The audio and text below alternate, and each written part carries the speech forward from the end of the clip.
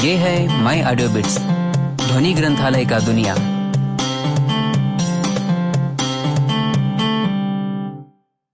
माई audio bits प्रस्तुत करता है कथा संकलन छुवन, जिसके लेखक हैं विकेश निझावन, वक्त्री आरजे तासा डेजी। ठिठकती नन्ही नन्ही पदचापें। विकेश निझावन की इधर कई कहानियां पढ़ने में आईं। माध्यम बनी पुष्पगंधा पत्रिका, जिसके संपादक वे खुद हैं। पत्रिका में सम्मिलित सभी कथाकारों की गुणवत्ता को रेखांकित करने के क्रम में वो बड़ी कृपणता से उस पुष्प गुच्छ में से अपनी एक कहानी सम्मिलित करते हैं। पत्रिका के पूरे चरित्र, रेखा चरित्र, प्रस्तुति, सुथरापन, छपाई, विधायक गुणग्राहक दृष्टि को देखते उनकी कहानी की ओर उन्मुख होना अच्छा लगता है। बहुत सी रचनाओं में से किसी एक को पढ़ लेने की सुविधा भी अनुकूल पड़ती है। विकेश की कहानी पढ़कर एक अलग सी अनुभूति होती है, लगभग अपूर्व।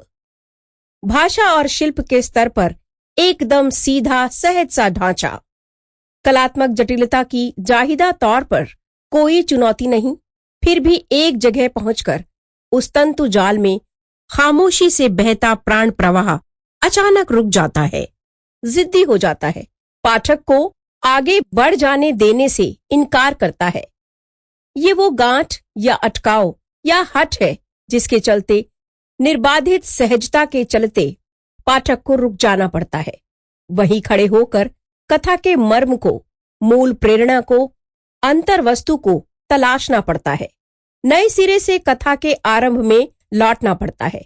कथा में अचानक आए इस मोड़ पर ठिठकती नन्ही नन्ही पदचापों को सुनना पड़ता है, जिसे कहानी की सहजता और पठनीयता के भुलावे में पाठक यूं ही लांघ गया था। तब एहसास जागता है कि विकेश की कथा कला धमनियों में अदेखे रक्त की तरह खामोश, प्रशांत, निरुद्वेग बहती आ रही है, जिसे अटकाव के स्थल पर खड़े होकर हमें पुनर्व्याख्यायित करना है या कथा का पुनर्पाठ रचना है।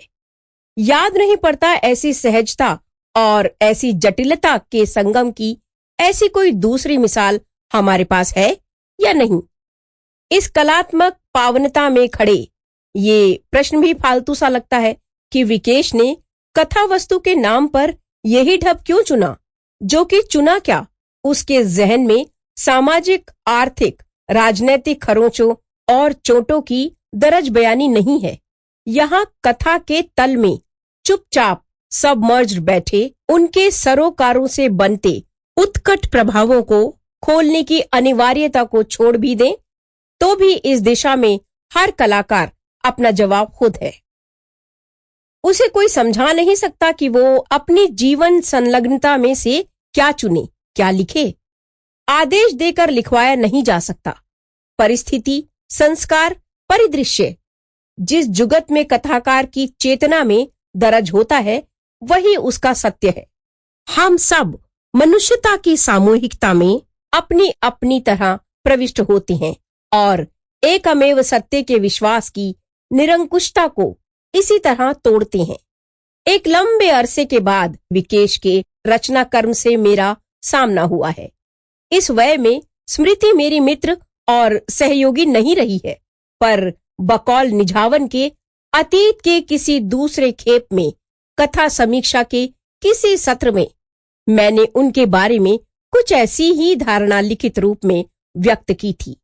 ऐसे आयोजन का होना मुझे याद है, अपनी प्रतिक्रिया की मुझे याद नहीं। ये एक प्रकार से अच्छा ही है। समय के इस खेप में मैं अपने अनुमान और आकलन को बिना किसी पूर्व अभिमत के अलग होकर देख रही हूं। यदि अभी भी मेरी धारणा उसी ओर जाती है, तो मेरी दृष्टि में विकेश के कथाक्रम और गुणधर्म की पहचान आशा और विश्वास से देखी जा सकती है। वे अपने सृजन कर्म में स्थिरचित और जीवंत हैं। मेरी शुभकामनाएं। राजी सेठ। छुवन। Sample complete. Ready to continue?